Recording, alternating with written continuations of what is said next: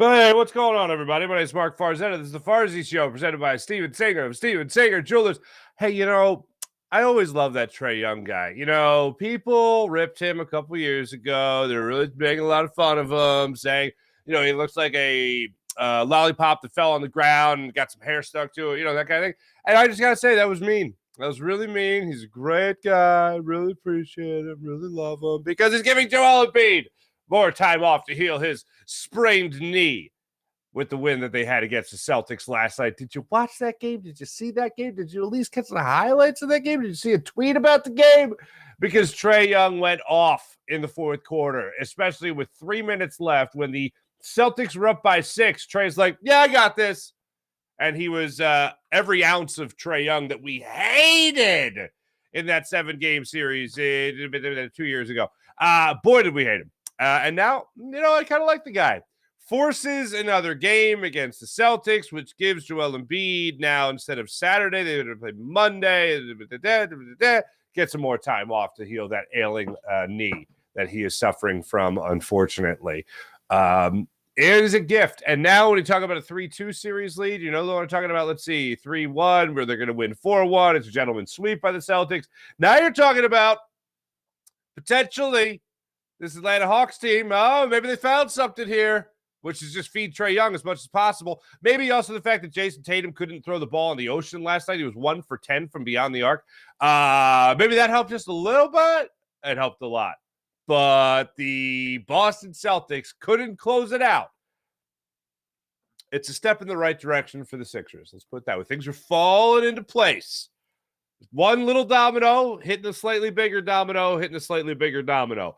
And hopefully the dominoes keep on falling in favor of the 76ers. So great to see the Sixers get a little bit of a break last night when it came to that Hawks and Celtics series. Also, Phillies didn't get the break last night. They couldn't get the big hit. Bijan Robinson, he wants to come to Philadelphia as far as I'm concerned.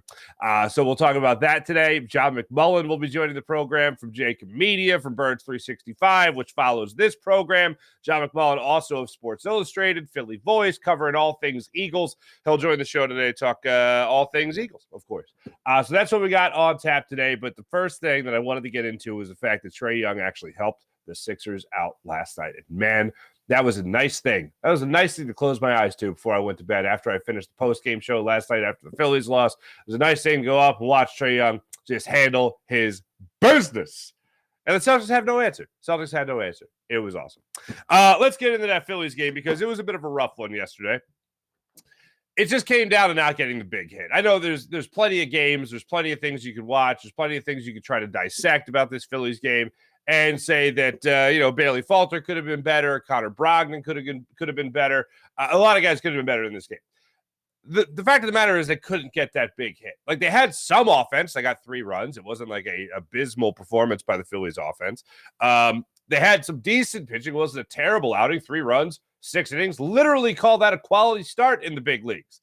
So there was nothing that absolutely infuriated you other than the thing that has infuriated us a lot. And they even had 2 of these, which was hits with runners in scoring position. JT Realmuto had one. It didn't score a run, unfortunately. And Jake Cave had the other. It did score a run. But they got 2 hits with runners in scoring position last night, and it amounted to 1 run. The 2 for 7 that they were with runners in scoring position amounted to 1 run. The difference in the ball game, beyond question, beyond a shadow of a doubt, it's an easy one, is in that 6th inning. Trey Turner leads things off by striking out. Then up next is Kyle Schwarber, who gets hit by a pitch. So now you have a runner on first. Nick Castellanos then gets a single. You have runners on first and second. You have 1 out. JT Realmuto steps up. He gets a single. That's a hit with runners in scoring position. A runner in scoring position. And JT Realmuto, unfortunately, could not plate a run in that scenario. They decided to hold Kyle Schwarber at third base. So now you have bases loaded. You have the bases loaded with 1 out. You're down at this point in the game 4-1. Hernandez had just hit the 2-run home run in the top of the 6th inning for runs 2 and 3 on Bailey Falter. So you're watching that unfold, and you're thinking to yourself, okay, well, this isn't good. No bueno here. And then the Phillies load the bases with 1 out, and you're like, all right, All right, maybe they got something coming. Ooh, Alec Boehm coming up. And who's been banging the drum for Alec Boehm to get a promotion in the lineup? Me. What did Alec Boehm get yesterday? A promotion in the lineup? That's what he got. Runners all over the place. Sharply hit ground ball on the first pitch. Looks like it's going to be a 2-run single. Looks like it's going to eke into right field, and it does not. The ball is hit sharply, directly at Ty France, the first baseman, who's playing well off the bag. He's doing what's called now the modern-day version of the shift, where your first baseman is actually in between first and second and almost on the grass. He makes a great play with nobody covering first. He flips to second, and they get an out. A run does score, but instead of having the big inning there, you now have a runner. You have runners at the corners with 2 outs. And after Boehm stepped up and got you at least the RBI, squeaked out an RBI, Eddie Sosa, who already had a blast earlier in the game, a solo home run, unfortunately, but a home run nonetheless. Eddie Sosa steps up and strikes out, ends the threat. Phillies only get 1 run out of that scenario, and it's a 4-2 ball game after that. They, of course, tack on a run by the guy that's now referred to forever as the big dumper, Cal Riley. He gets a triple off the top of the wall in right. He later scores on a sac fly. So it goes, they go up 5-2. Braden Marsh got on base in the 7th inning.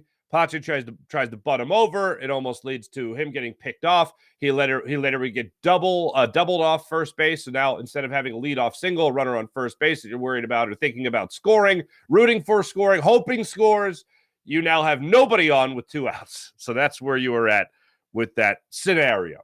The game goes on in the 9th inning. Phillies are down 5-2. Boehm leads things off with a double. Sosa steps up and has a bunt attempt. Still trying to figure that one out. Ends up having a swinging bunt, a little dribbler in front of home plate. He advances Alec Boehm to third base. Then you have Jake Cave step up and gets the RBI single. And unfortunately, that was all the Phillies would muster.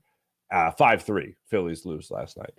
It was one of those games where you just didn't have it. You had some things, but you didn't have the big hit. You didn't have a shutdown performance from your starting pitcher. You didn't have some incredible outing from your bullpen. Connor Brogdon allowed a run. And more importantly than anything, you couldn't get the big hit. That's where the opportunity really left the Phillies. If you're telling me Bailey Falter is getting you 6 innings with 3 runs, I'm feeling pretty good about what your offense can do in that scenario. And unfortunately, they just could not get the killer. They couldn't get the big hit for themselves to actually get the W. It is what it is.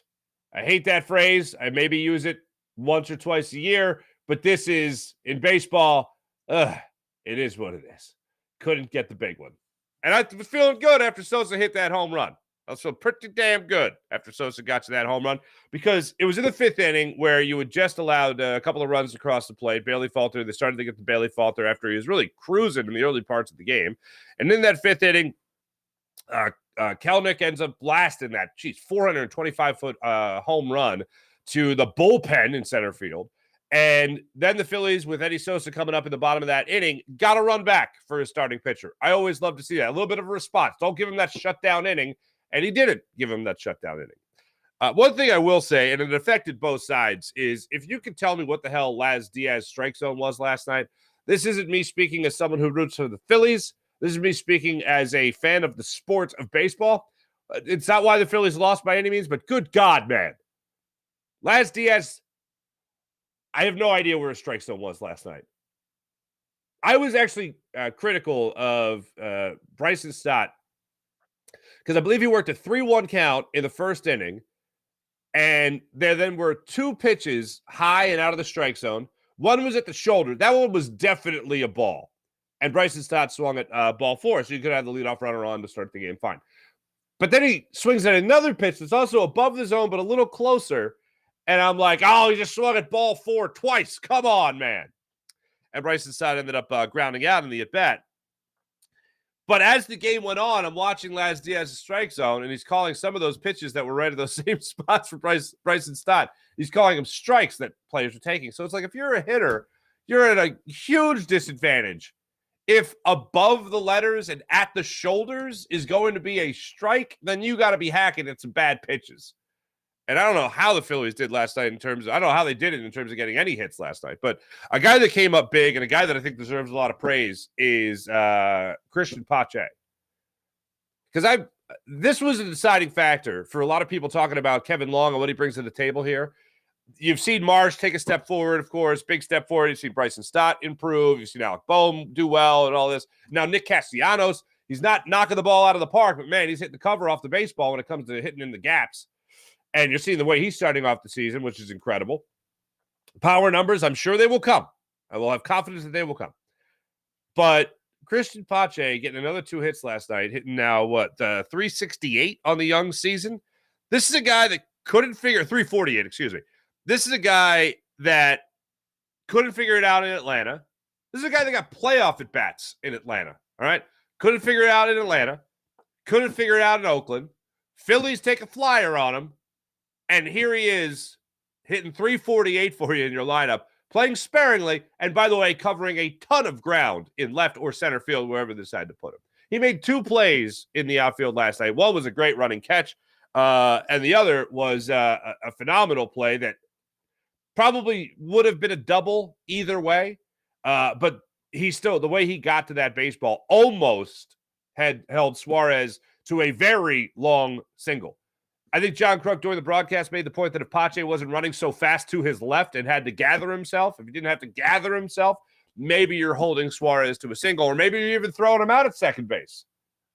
But he covered a hell of a lot of ground, including taking extra bases away late in that ballgame with a great diving grab that he had in left field. So you knew you were going to have offense, or you knew you were going to have defense from him. The question was whether or not you're going to get any offense. And so far, over his last couple of games, he's been getting you some offense. So that's great to see. And again, the guy I give credit to, I give credit to the player. Looks like he's putting in work. Looks like he is enjoying the fruits of his labor. But I also give a lot of credit to Kevin Long, because the first time he got his hands on him, he all of a sudden has him as a 348 hitter. Let's keep that going. So Phillies lose last night, unfortunately, 5-3. They'll be back at it tonight. 6:40 start time, another 6:40 start time. Big fan of these 6:40 start times, by the way. So we'll be back at it tonight for game 2 against the Mariners. Taijuan Walker gets the start against Logan Gilbert, who was supposed to go last night. They shuffled the deck, and now they got Gilbert against Taijuan Walker tonight.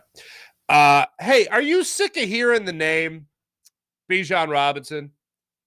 Are you sick of hearing the name Bijan Robinson?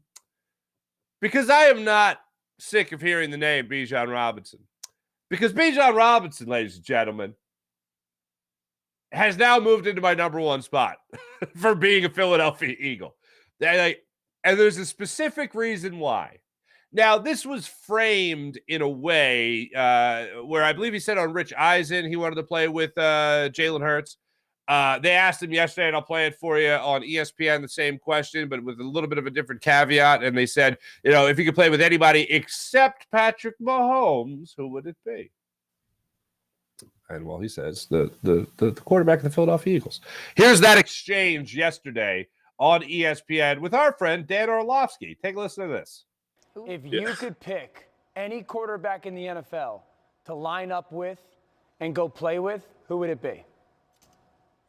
There's a lot of great quarterbacks. You got to pick one, and you can't say Patrick. Jalen Hurts. Nice. Hey, Yeah.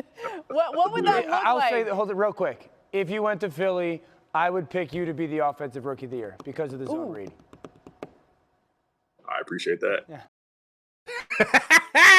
First up, love Bijan in the Old Spice t-shirt there. Hogging some Old Spice. Don't blame him even a little bit. And it's very interesting. When Dan Orlovsky was like, you're going to be offensive player of the year. I believe that to be true. I know that we get caught up in all these draft philosophies, but man, oh man, if you're staying at 10 and Bijan's there, or if you're trading back to, 12, 13, and Bijan's there, you gotta take him. Is it wrong? Sure. Philosophy? Sure. But what about the philosophy of taking the player that is going to come in and have the biggest impact. If Jalen Carter's gone, if Will Anderson Jr., which is, as we talked about yesterday with Rob Ellis, is the pipe dream of pipe dreams, right? If all that happens, Bijan's sitting there, and what are you going to take, Skoronski? No. You're going to take Miles Murphy. You're going to take Lucas Van Ness, who we get into in the conversation with John McMullen. You're going to take a guy like Christian Gonzalez, who's not going to play in a couple of years. You're going to take, and I like all these guys. Devin Witherspoon, you're going to take, not going to play for a couple of years. Are you going to take those guys? Or are you going to take a guy that is an immediate impact player and would be an immediate impact player on a lot of teams, but would even be more immediate and more of an impact running behind this offensive line with these other offensive weapons? I mean, come on. I would love to see a dominant offense. I mean, we have seen a dominant offense. I mean, you got Jalen Hurts. You got a runner up to the MVP award. You got a guy that helped carry you to a Super Bowl. You got a pretty damn good offense. Now you throw Bijan Robinson in there. Forget about worrying about Rashad Penny. Oh, pots and pans. Forget about worrying about whether Kenny Gainwell can handle a bigger workload. Ooh, baby. It's an instant impact, and he immediately makes your team better. If that's not what you're supposed to get in the first round of the draft, I don't know what you're supposed to get. But he's a running back. He'll only last like 4 or 5 years. Yeah, I know it's not right. But damn, you got 4 or 5 years on the contract of Jalen Hurts here. Those are 4 or 5 years, and you're not going to be worried about what Jalen Hurts is handing the ball off to in the backfield. The closer we get, I'm on the Bijan bus, my friends. And here's another thing. We've talked a lot about culture in the NovaCare complex for the Eagles. We talked about how much that matters to recruiting players. It's no different with draft picks. I know they're not having an option of where to go, really, unless you're like Eli Manning or something. But they're looking at it very similarly. If they're visiting, they're looking around saying, what's the culture like here? And this is what sold me on Bijan Robinson. Wasn't Howie. It's not necessarily Jalen Hurts. It's not any of the players. The janitor at the NovaCare complex. Here's Bijan Robinson when he was asked about what his trip was like to Philly. Yeah, I mean, it was great. It was great. I mean, with both teams that I was with, just even building relationships with the coaches, the support staff, the GM, even the janitor. Like, the janitor was super cool too. It was like an awesome visit. And for me, like, I pride myself in relationships and building those relationships and understanding who people are. So even when I was at the Eagles, at the Buccaneers, and even just talking to other teams as well, it's been such a fun process, understanding who those people are and just having a good time throughout the whole process. But yeah, it was a good time there. But obviously I can't choose, and Thursday we'll just have to see what happens. The janitor.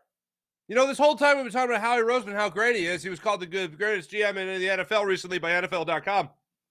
And you're talking about how great Howie is, how great Jeffrey Lurie is, right? The culture in the locker room by Jalen Hurts, Jason Kelsey being a great leader, Lane Johnson being a great leader, Fletcher Cox, Brandon Graham, all these guys being great leaders. And the whole time, it was the janitor? The whole time? What is the janitor's name? I looked. You're damn right I looked. They don't list him on front office. There's a lot of people in the front office. They don't list the janitor. Whatever that janitor's doing, you know what he does? The janitor closes. The janitor closes deals. Right before they FaceTime with Jalen Hurts to let him know his contract was signed, sealed, and delivered, you know what they did? They FaceTimed the janitor and said, "Does this look right to you?" And he's mopping. I'm sorry, did I say janitor? Master of the custodial arts. He goes, "Yeah, that looks good." Or she. I don't know. I don't know if janitor's man or woman. I should say that. I don't know. But there's something about, and this is any job I've ever had, from college to whatever, the way people are with the people that aren't necessarily involved in your everyday activities. The way people are around people that, like the janitor, for example, in this case, when I've worked on the Sunday Night Crew, and Fred Gaudelli, who I still admire to this day, the producer of Sunday Night Football, and he later did Amazon Prime, and now he's taking an executive role. But like, he would talk to everybody. Like, at least a hello, like an acknowledgement that you exist. And this guy's talking about having a great experience with the janitor. That shows me leadership qualities that are off the charts. That shows me maturity levels that are off the charts. And if this is a movie Draft Day, this is nobody went to his birthday party, but people went over here to talk to the janitor. Okay, I like that guy. That would be part of the movie. I love it. He talked to the janitor and had a great experience, enough to talk about it on ESPN during an interview. Find that janitor, man. I want to interview that janitor. I need to talk to that guy. The Eagles probably getting flooded right now with requests to speak to their janitor. Master of the custodial arts, ladies and gentlemen. Let's get more into the... All right, I usually wait for the chat check, but I'm looking at Jacob right now. Sean Kilrain, the janitor is Chip Kelly. Huh? Let me tell you right now about the great people at Steven Singer. Steven Singer Jewelers, the other corner of 8th and Walnut, right there on Jewelers Row. For over 40 years, Steven Singer's been in the love business, helping people get engaged and fall in love. Steven Singer Jewelers, one place, one price, perfect price. Online at IHateStevenSinger.com. That's IHateStevenSinger.com. Ladies and gentlemen, without further ado, let's jump on the Rothman Orthopedics guest line, talk to our friend John McMullen about all things Eagles and all things NFL draft.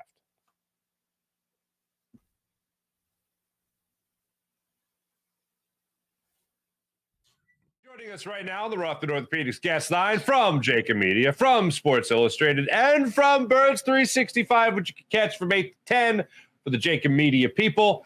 All things Johnny Mac. John McMullen. What's going on there, John? I'm doing well. How are you, Mark? I am doing fantastic, and I am very curious. I talked to Rob Ellis yesterday. I'd like to talk to you today. I talked to Rob about the buzz on Sports Take. I'd like to know the buzz on Birds 365 when people bring up this name. Did you even see my lips form the letter B, or did you just know? Did you just know it was Bijan Robinson? I just knew. I considered changing the name of the show to Bijan 365 for the draft season. Look, they're not taking him.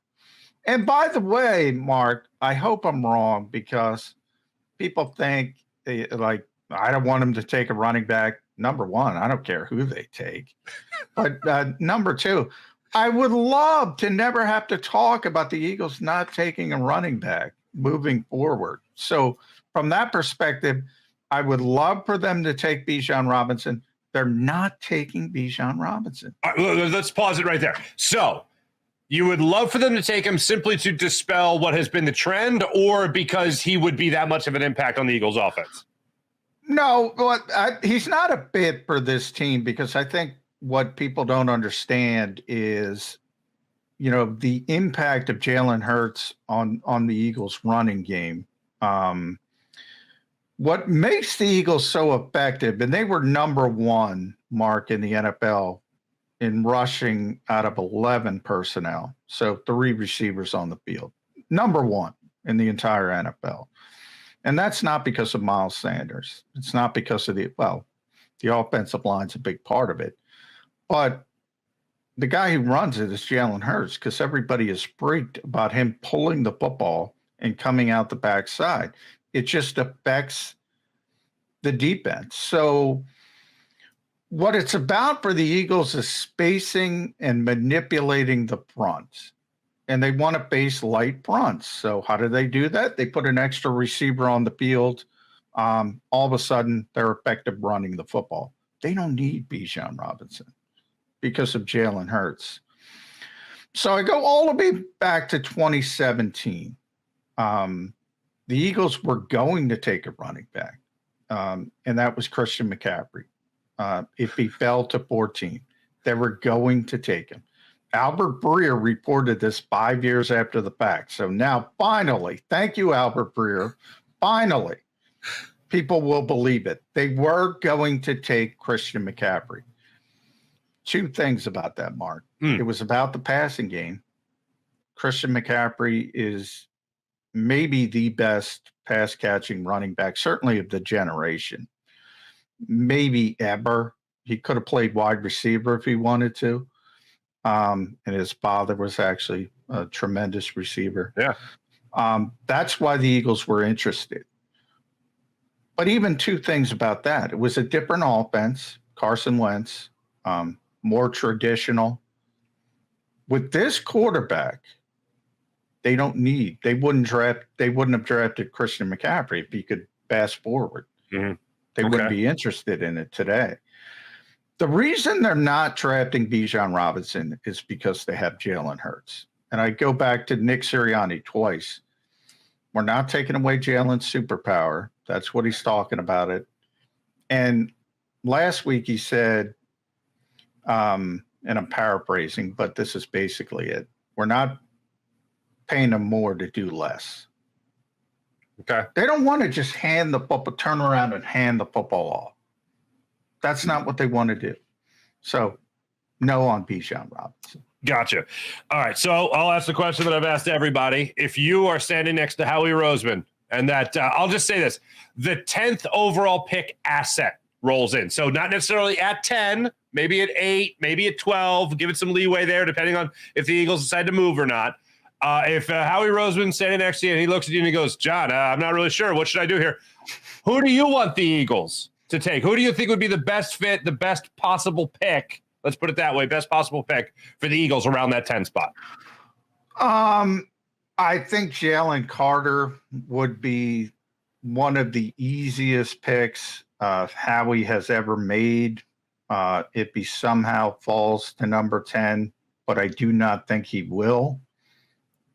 So I think that would require Mark sort of a bit of a trade up, targeted trade up, similar to last year when he moved up for Jordan Davis.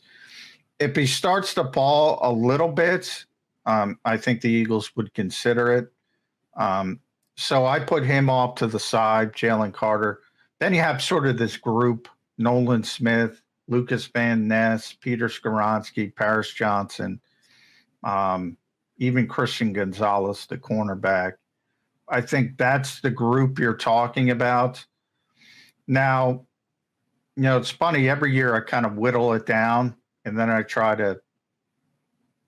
got one Eagle. He gave me Cam Jurgens last year. So whatever he tells me, that's who I'm picking. And I'm contacting him later today. Okay. Now, whoever he tells me, I'm picking. But that's the group. And every year when I whittle it down to this group, there's one guy Eagles fans hate. And that's Lucas Van Ness. For whatever reason, let's be honest, the vast majority haven't seen him play. Mm-hmm.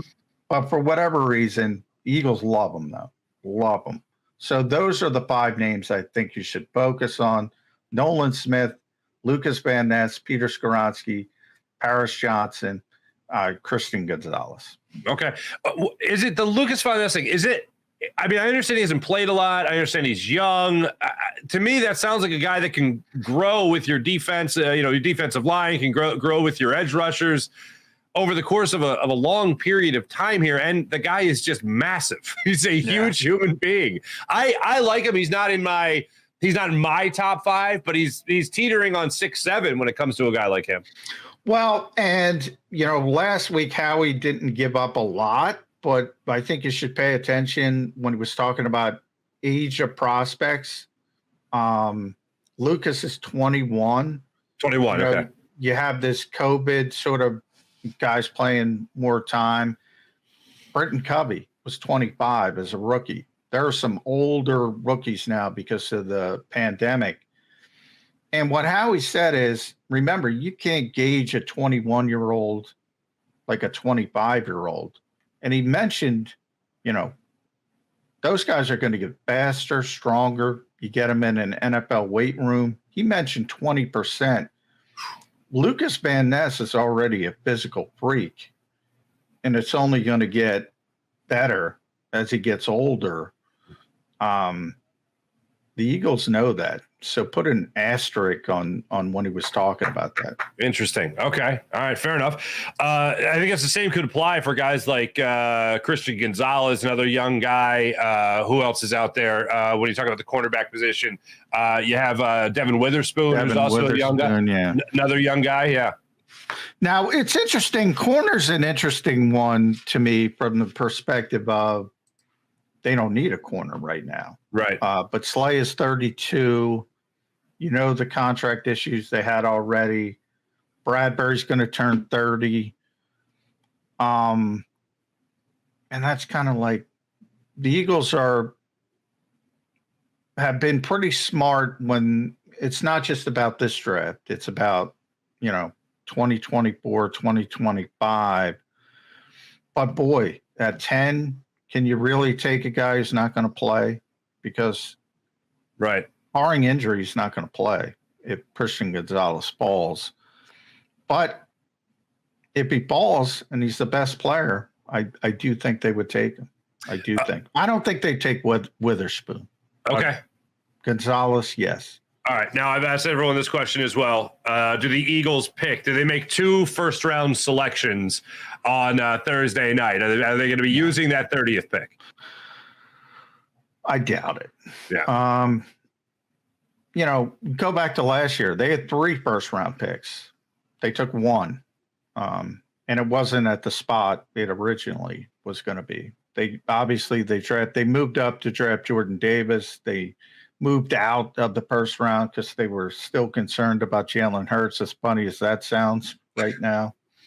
And they traded for A.J. Brown. Howie likes to move. And he's got that big donut, Mark. On Saturday, we're all going to be sitting there. We can show up 4 hours late as it stands now because they have nothing in the 4th, the 5th, the 6th. I don't think he can sit that long. He wants to add picks, and the most logical way would be to drop down from 30, which I think he would like to do. Most teams have 15 to 20 real first-round grades. So if you're sitting at 30, you could probably get the similar player. If you can drop down to, say, 35, 37, even 40, and get something extra, it probably makes some sense. We listened to Jalen Hurts now 2 days ago address the media. You were there at the press conference. He was there with his inner circle. A lot of Eagles receivers were there. Nick Sirianni obviously on hand. I can't help but feel like this, John, and man, I feel like such a fanboy when I say it, but damn, I feel like the Eagles are in great hands with Jalen Hurts for the foreseeable future. Not just what we saw on the field, which is the most important, but this guy just seems so well put together. And you hear Jeff Lurie talk about it all the time. He's shocked the guy's 24 years old. He's very much wise beyond his years. I mean, really, how confident and how bright are you in this Eagles future? Yeah, I mean, I was talking about this. What struck me is how confident everybody is about, giving $250 million to a 24-year-old. And I agree with them. Like, I don't even worry about it. If you give it to me, I'd be going nuts. And I'm kind of mature. But, yeah. I mean, it's pretty amazing just how mature and how focused he is. It's rare. I was just talking to Mike Sealski. He wrote the book on Kobe Bryant. I always say, don't practice hero worship, whether it's a politician, a celebrity, a sports star, Mark Barzetta, you're going to be disappointed. John McMullen, you're going to be disappointed. We're all human beings. And so is Jalen. And, he's got the Gucci suit and he's going to spend some money and he's going to enjoy himself. But he's so focused. He's so disciplined. Jeffrey Lurie's the one doing it, and he doesn't seem worried about it. And I can't disagree with him. And that's the biggest compliment I can give to Jalen Hurts. It's not going to change him. I'm pretty confident in that. Yeah, there's just something about him that just it makes me. I'm buying. Let's put it this way. That's the easiest way I can put it. Is I'm buying. Whatever he's selling, I'm buying. I got a lot of confidence in him and the Eagles' future with him at the helm. One more thing on the draft here, John. You mentioned a couple of names there. Skaronski is, I think, the guy that a lot of people would look at and go like, well, not a sexy pick, but at least I mean, I get it. He's an offensive lineman. He'll play for years. And with Stoutland University, he'll play for years and all that stuff. And he'll play at a very high level. I get that. The cornerback situation, as you laid out, it's not a sexy pick either because he doesn't play right away if he ends up getting picked here. What's your confidence level in the Eagles doing something that will be a big splash on Thursday night, whether that be a trade for a proven commodity, a player now like they did with A.J. Brown last year, or what is it that they'll make a big splash with by making a selection? Will this be something that we look at and are wowed by with what Howie does in this first round? It's a good question. I can't believe they're going to go into the season with Reed Blankenship and Terrell Edmonds and Nicholas Morrow and Nakobe Dean. They have to add talent at those positions, but they're not positions where you're going to have first-round picks in. That could indicate trade somewhere along the line. So I never say never when it comes to splash. He's not going to acquire Devin White. He's not going to acquire Derrick Henry. Buda Baker's the obvious. I brought up typically when I call it the big name trap. I got that from Joe Banner, so I'll give him the credit. But typically when you give me the big name trap, I say no 97% of the time. Buda, I was like, I would think about that because he's a top 5 safety in football. So he's sort of like A.J. Brown at his position. Problem is the defense the Eagles play. Like Buda's a versatile, sort of Malcolm Jenkins-like safety, moves all over the place. In theory, Mark, the Eagles don't want that now. They want the covered safety, the Vic Fangio. They don't want that moving part. So I don't necessarily see it as a fit. But then I come back to, look, if you think you game the system and you can't use Buda Baker, well, you got a problem with your coaching staff. You got to change your philosophy. So would I do it? Yes. Would the Eagles do it? I don't know. All right. I'll write that down as a maybe. All right. Last thing I'll ask you here. Have you cracked the code yet on Sean Desai? I'm trying to figure out what exactly everyone's talking about. It's going to be just like Jonathan Gannon, same philosophy. That's what the Eagles want to do. What are you expecting to see from Sean Desai and whatever defense the Eagles do give him in terms of the personnel going into the next season? Same defense, same philosophy, I should say. If anything, Jonathan Gannon is further removed from Vic Fangio than Sean Desai. Sean Desai is an actual Vic Fangio disciple. I mean, he coached under him. He was his right-hand man at one point. Jonathan Gannon just, like Brandon Staley, who liked the defense, who coached with Vic Fangio. So he was sort of like too removed. They're gonna run the same philosophy. Now, it's very similar to the offense if you think about it from the change in play caller from Nick Sirianni to Shane Steichen. It's always going to be a little bit different, but it's the same philosophy. Maybe Sean's better at situations. Let's be honest. Shane Steichen's a better play caller than Nick Sirianni. I'm sorry, Nick. He's a better play caller. He was a better play. Same offense. He's a better play caller. Maybe in the moment, Sean Desai's better on 3rd and 13. He likes to overload one side a little bit more. Maybe that looks better, especially if you get Nolan Smith, say. Could you imagine overloading Hassan Reddick and Nolan Smith on one side? people would love that, but same philosophy, limit explosive plays, keep everything in front of you. It's not changing. I'm sorry, people. Hey, were you part of the faction that got together for that news conference where you all told Jonathan Gannon you wanted to fire him? Because that was mean, John. You media people shouldn't have done that. I was talking to somebody at the Eagles about that. We both, I think it was conflating. Yeah. Angelo, your old buddy Angelo. People, oh yeah, I've heard sports that guy. talk and bands with, and I said, yeah, he was, and certain people got upset about it. I didn't get upset about it, but you can't do that as a head coach. You can't embellish. You can't, and that's what he was doing. He was embellishing. He was, you were never 9-0. You were 8-1. You certainly weren't plus 30 in sacks in the 10th game of the season. Mm-hmm.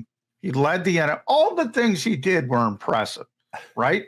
He had the number 2 defense. He led the NFL in sacks.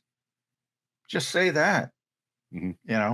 Don't embellish, but yeah, I mean, he wasn't talking about us, obviously. And the guy I was talking to said he liked us, the beat guys. But he heard what it tells me, Mark, is he heard the criticism. And he heard the people calling for his job, and he was pissed off about it. And every once in a while, you got to see it. Hassan Reddick, my favorite Jonathan Gannon moment, and people know I got along with Jonathan, but my favorite JG moment was he was talking about Hassan Reddick, and he was having this great year, and it was late in the season. And he said, boy, if I didn't drop him so much, he'd probably have 25 sacks. And that was kind of a dig at the people criticizing him. Mm-hmm. He never dropped less in his career. And he knew that. But nobody else knew that. Some of us did. Let me understand something. Hassan Reddick had never dropped into coverage less than he did last year. Yeah, that was a career low. The amount of times he was dropped back into coverage, career low. I did not know that. Yes. I am surprised to learn that. Career low. I would have thought it was the opposite, career high. And he was tweaking people a little bit, saying because that was the narrative. Wow. And he had never dropped less in his career, and obviously had a career year. Look, he was here for 2 years. I was fair to him when he was here. I'll be fair to him now. He had 2 top 10 defenses. I think Jim Johnson had 2 or 3 in his entire career here. He had 2 in 2 years. But it's a different era of football. And I think the Eagles fans who don't like it just don't understand the changes in the game, to be honest. I mean,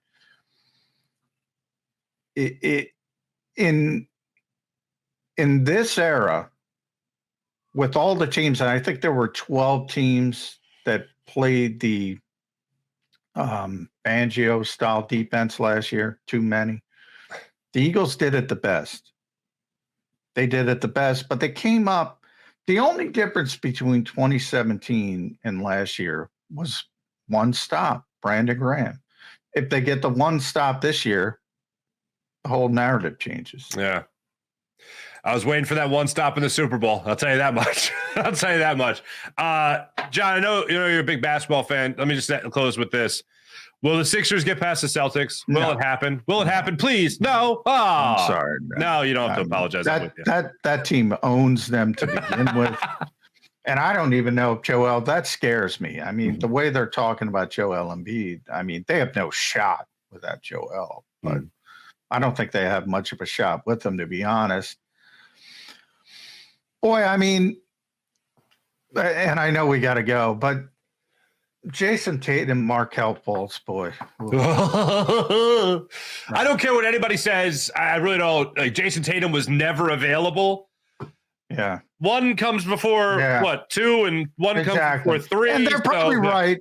And they're probably right, by the way. Yeah, maybe. But I look at you think about what could have been force Boston to do it. Who knows? Maybe they're not comfortable because Fultz was the guy, right? Yeah. And they weren't comfortable, which is kind of why they did it. And I look at Jimmy Butler as we're taping this last night. Giving the team to the children, I like to call it, instead of Jimmy Butler. That was a mistake. Bridges trading him. What could have been, Mark? What could have been. John McMullen, thank you so much. Check him out, Birds 365 on Jacob Media, following this program at 8 o'clock. So make sure you guys check that out. Read everything he does on Philly Voice. Read everything he does with Sports Illustrated. It's fantastic. John, you're doing a fantastic job, and I hope to talk to you later this week through the Jacob Media people when we do our draft show on Thursday. Looking forward to it, Mark. The great John McMullen joining us on the Rothman Orthopedics guest line.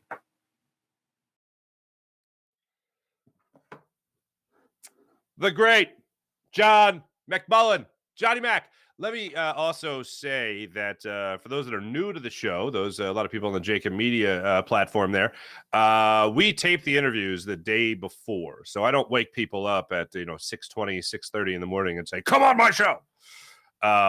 We tape. So that was before we taped that interview before I fell head over heels in love with Bijan Robinson. At like 10 or 12 or 13, maybe. Certainly at 30. And I don't think the Eagles are going to pick at 30. I've been saying that this whole time. But maybe they do if Bijan Robinson is still available at that point. But you talk to the janitor. We're boys. We're boys. Let me tell you about right now the great people at Manscaped. Manscaped.com, where you can use 20% off and free shipping at Manscaped.com. 20% off and free shipping when you use promo code Farzy. At manscaped.com. You'll love their incredible, their best hygiene bundle yet, their Platinum Package 4.0, which includes their Lawnmower 4.0 trimmer. Oh, yeah, that's right. As well as their Weed Whacker ear and nose hair trimmer. And they both come with skin-safe technology that helps you reduce the risk of nicks so you can manscape with confidence and comfort. Try Manscaped at manscaped.com. Get 20% off and free shipping when you use promo code Farzy. How about Freestone Farm CBD? Freestone Farm CBD. FreestoneFarmCBD.com. You like CBD? You want to try different CBD? How about Freestone Farm CBD? They grow all their premium hemp flower in the Garden State. So it's right across the river for those in Philly, or if you're in Jersey, it's in your state. So there you go. It's locally grown, local product. Freestone Farm CBD, you'll love their tropical tasting Bayox, the clocks in their chart-topping 24.1%, and Super CBD, which is half Hindu, Kush, and 21%. Genetics of these guys are off the charts. So try Freestone Farm CBD at FreestoneFarmCBD.com. How about PHL Sports Station, Philadelphia Sports Station, enhancing your Philadelphia sports fan experience across all social media and blogs? That's PHLSportsNation.com. Let's get into the chat check, ladies and gentlemen. See how you fine people are doing on this fine Wednesday morning. I'm going to start over on Jacob today. See how you guys are doing on Jacob. Sean Kilrain, good morning. Sean Anderson, good morning. Scoozy. Sean Anderson, hello. Ball for what? Same old G, capping with coworkers. Sir, this is a Wendy's. Philly girl morning. Hi, Philly girl. Good morning to you. Sean Kilray, told you Farzy, draft Bijan Robinson. Right, please. He's destined to come here. Let's go, Howie. Let's go, janitor. Howie does that. It's all the janitor. Schmoozing people coming into the building. You know what I'm saying? Gotta love the janitor. Was super cool. Bijan said we would look awesome. Oh yeah, Sean Kilrain. Bijan is having another Hertz. Is like having another Hertz the way he talks to you. Absolutely. Philly girl is laughing at Sean. Sean Gillespie, janitor would be the perfect job for Chip. No personal interaction, primarily in your own world. Only if working on the late night shift, though. That's true. Let's see what else we got. Yacht. What's up, Yacht? Ice Trae. Damn right. Ice Trae. Who goes number one?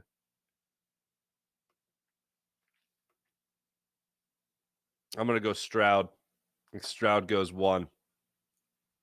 Yeah. It doesn't affect the Eagles that much, so I don't want to spend too much time on it. Victor Hernandez still cracking up, master of the custodial arts. If you know, you know. All right. And if you haven't done your homework, and if you haven't watched the amazing Dave Chappelle movie, Half Baked, then you need to consider it a homework assignment. Yeah, Panthers take which player? My guess is Stroud goes one. Yeah, there you go. Wright wants Stroud. Victor Hernandez, if an above average running back like Sanders can post an excellent season in this system, imagine what a top-notch guy like Bijan Robinson can do when people are focused on Jalen Hurts. See, here's the counter argument. And everything John said is correct, and I agree with. But I also would add that, yeah, you're paying all this money to Jalen Hurts. I want Jalen Hurts to be the, in case of emergency, break glass, Jalen Hurts brings you back and you win a game in the fourth quarter. But if I can make everything easier for Jalen Hurts with that contract, including taking less hits and like handing the ball off to a guy like Bijan Robinson, who's going to get you a 15-yard gain, whatever, or can break the big touchdown or catch a ball downfield rather well also, then I'm going to take pressure off my quarterback, and then I can keep having that guy that could be the emergency break glass guy. He'll be the big red button. Nothing else is working. Activate Hurts. Touchdown. Don't think Reich wants Bryce Young. Too small. Yeah. I'm with you. And am I saying your name right? It's not Yacht, right? All right. It'll be a while before the Birds pick high again. PJ, producer Jim, controls our Farzy show account. I agree. It's going to be a while, but with Howie and this janitor, you never know. Maybe the janitor calls other GMs and is like, no, Howie's got, no, you want to deal with Howie. It works out best for both teams. Farzy show. What's up? What's up, guys, over here? Mike Fucci, good morning. Getting fired up for the draft. April! Good morning, April. Mally. Hello, Mally. What's going on? All the pleasantries, everybody. Fuji, Kevin Long is the Phillies version of Jeff Stout University. I concur. April, Phillies have to be better with runners in scoring position. They're just stranding people over and over. I concur. April, I'll never get tired of this. Bijan. Like John. Bijan. Get it? All right. Wants to be a part of the culture. I think he does. Looks like what? Wait, looks like BJ has a old stool box cut. Let me get a look at this again. Hold on. Yeah, I mean it was great. It was great. I mean with both teams that I was with. It's like kid and play, but he's got a bit of a. If you could pick. That's not a ponytail. It just when I look at that, I think of kid and play. Now that you mention it, the old school, yeah. Fuji, what's up? Mihai Sanchez, what's up, Mihai? Morning, Mark. Jalen Hurts is now a role model of mine. That's nice, Mihai. We're going to win a Super Bowl with him. Just don't know when. Where's Carson Wentz? Punching air? Carson Wentz, nowhere. Travis Ricklin, what's up, Travis? Am I saying that right? Rakeen, Travis, what's going on? Big trade. The first round move is coming, y'all. Just wait. I feel like we are going to have a big splash Thursday night. It might not be at 10. I think it will be involving the 10th pick asset, as I've been referring to it, meaning they move up and they move back. But I think the bigger splash, and this is also what I'm rooting for, but I think this is a good chance of happening as well. The Eagles use that 30th pick to get someone to help them now. I don't know who that is. I would love to see it as Budda Baker. I don't know who it is, but I think the Eagles use that 30th overall pick to get somebody that helps them win now. Just want to put it out there. Signing Patricia is the stupidest crap I've ever seen. Travis Rakeen, thank you. It seems odd. It definitely seems odd. All right. Go Sixers. What's going on? Gannon's so butthurt he can't handle a little criticism on blitzing. What a wuss, Travis Rakeen says. Go Sixers. Better than average quarterback completed 70% of their passes. True. Just a teep. as I like to say. Manscaped keeps the bag looking and feeling awesome. All right. I should definitely read things out in my head before I say them out loud. Sydney family, what's up, Sydney? And now we're going to Sydney family. We're going to a family account. Okay. Penny behind this line may stay healthy. I hope so. Mike Fuji, exactly, Mark. Take the pressure off Jalen Hurts. That's all I'm saying. That's all I'm saying. Just the teep. I feel like you said something else as well. Oh, just said Farzy, my man. Well, back at you. Nice to see you. 4133, the podcast. Hi. How can I get you on my podcast? Back over on Jacob. DM me, whatever. Hit me up on Instagram or something. I'm available. Yeah. Thanks everybody in the chats. You guys are great as per usual. Much appreciated. Let's get to the morning rush. Brought to you by Sky Motorcars, skymotorcars.com. Phillies back at it tonight. 6:40 start time against the Mariners, looking to win game 2 of this 3-game series and then go for the series win on Thursday. Take no prisoners. You'll have Taijuan Walker on the hill for the Phillies tonight against Logan Gilbert of the Mariners.